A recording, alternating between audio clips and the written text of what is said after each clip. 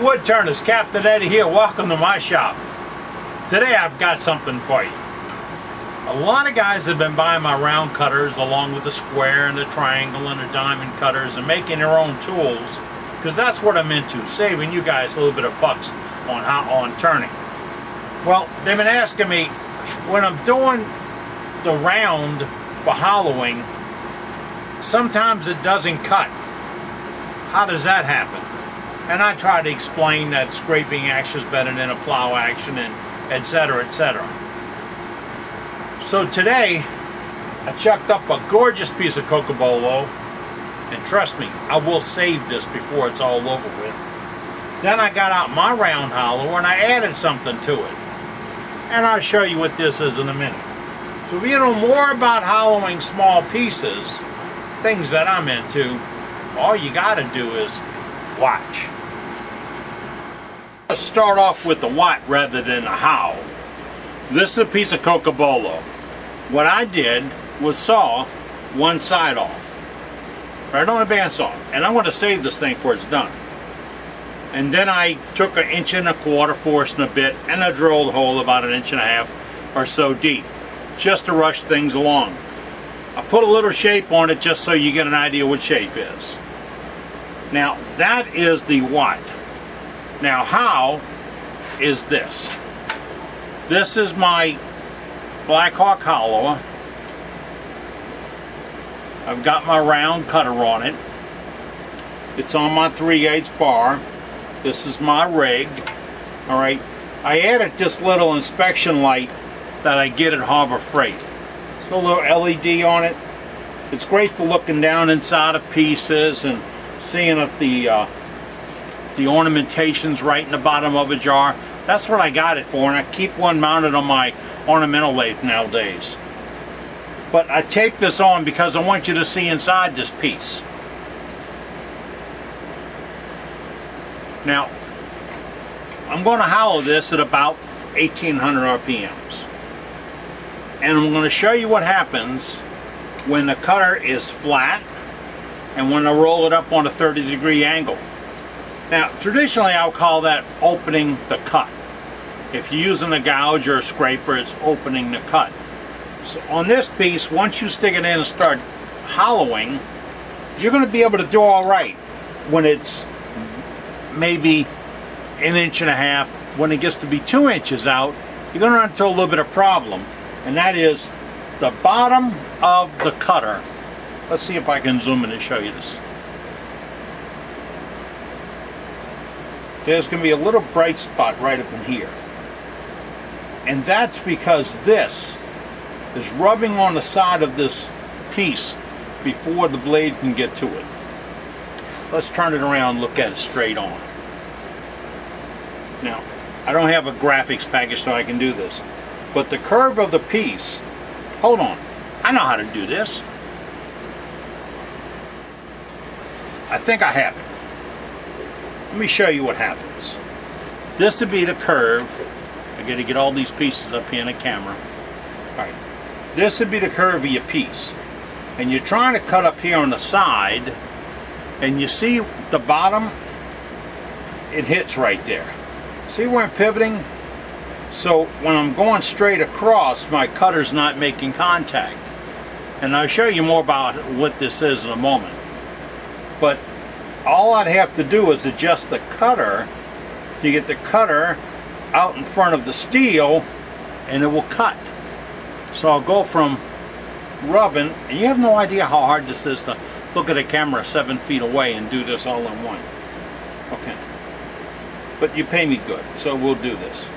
The cutter makes contact, the steel makes contact. So I'll roll it over and open up the cutter. The only problem is if you open the cutter too much, it won't cut. So I'm saying about 30 degrees. Now, this is all great on the piece of paper, but nothing really matters until that fat gal sings. So, I've got an idea. Stick with me.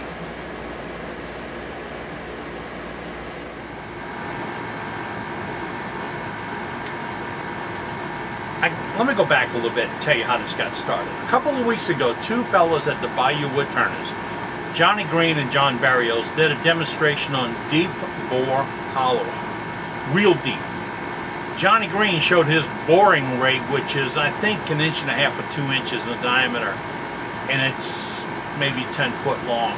But he bores things 30, 32 inches deep on a regular day when he isn't doing anything exotic. John Barrios is just dog nuts. He does stuff less than 1/8 of an inch thick all the time in order to do his piercing and decorating. So these two guys knew a little bit something about this. To show it to the club, they took a perfectly good looking piece of ash, sliced the side off, and did that boring thing with several cutters to show the aggressive cutters, the not so aggressive cutters, and the planing cutters and all on big work. And we were talking about the 1/4 inch and 5/16 inch straight cutters, the teardrops, the scrapers. Really, probably the most awesome demonstration I've seen anywhere. And I'm talking including all the big boys. The most awesome demonstration, well planned. That got me thinking, that's how I can explain what's going on here.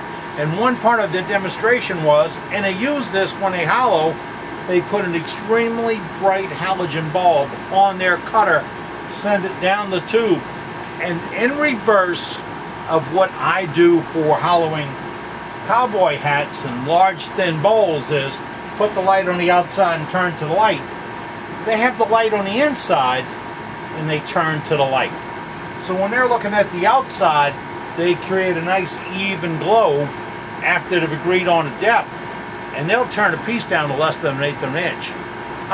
Johnny's got some pieces I think you can read the newspaper through. Not sure.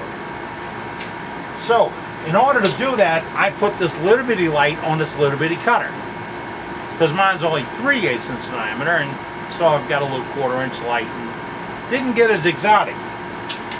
But let me show you what happens. We're going to turn this on. I'm going to turn down the sound from the cutter and tell you what's going on. I'm going inside this piece, and you're going to see what happens when a cutter makes its presentation. I'm going to show you. Let me shut up and let the piece.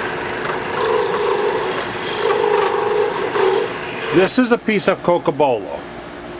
I cut the side off of it so I can show you how the scraping action will work when you're going inside the hollow. You're looking inside the piece right now. When I turn on the lathe and insert the cutting tool, you'll see what happens.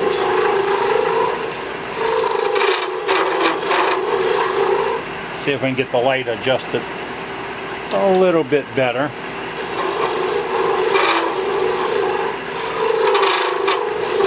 Now if you go straight up and down, number one, in small holes like this, the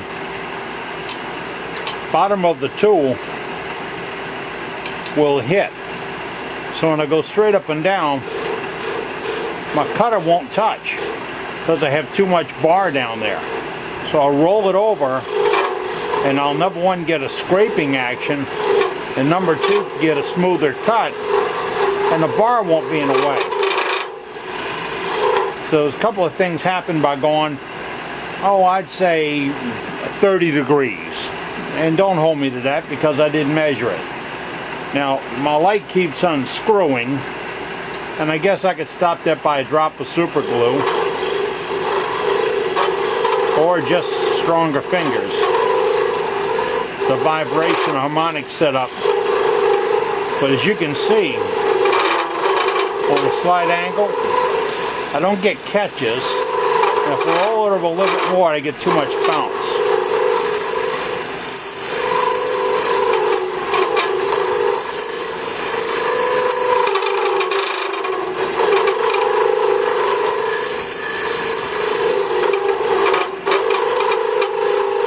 You see, you get an idea what's happening now.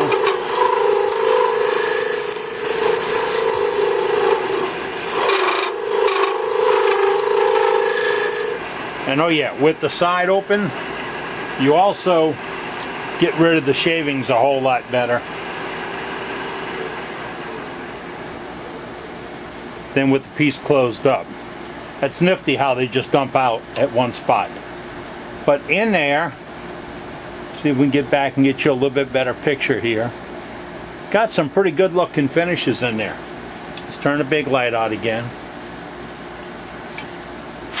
Maybe a little blast of air.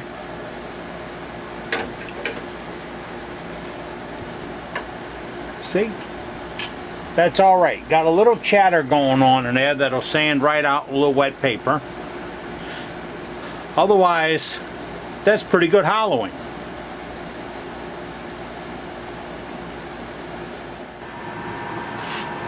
There you have it, guys. Went inside, took a look at it. You can see what happens when you roll that cutter the wrong way. All cutter plus steel, then no cutter, and then all steel. If you roll it too much, it's not going to work like a negative rake scrape because you do not have a burr on the top of this. If you do, you really got to sharpen raw. But that's the key. And if you feel it, now if you need to throw up a scrap block and look at it a couple of times, take a peek at it, go ahead. You'll get a better understanding of how your hollowing goes if you do that. You have to think about this as like a colonoscopy in wood. Whoa! Where did that come from? Man. My butt hurts thinking about that. Okay. Oh, man. Okay. Hope you caught on today. Oh, wait.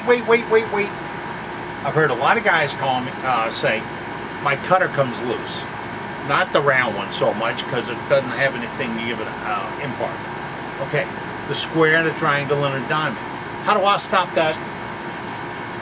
I put 1 drop of super glue.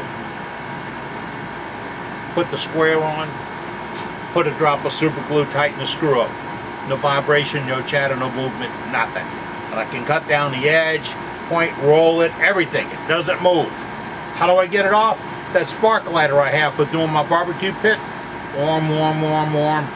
Break the screw off, put another one on, another drop of glue, go back to cut. Works like a charm. Alright guys, that's all I got for today. I'm still trying to get over that colonoscopy of wood. I'm Captain Eddie Castellan. I'm making shavings. And it's a lot cleaner. Never mind, I can't go there. Whoa, anyway, I can't do that anymore. Blue Cross and Blue Shield probably won't cover it. Hey, you know how it goes. Now, I gotta save this piece. I'm gonna show you how. First, I gotta figure out how. Take care.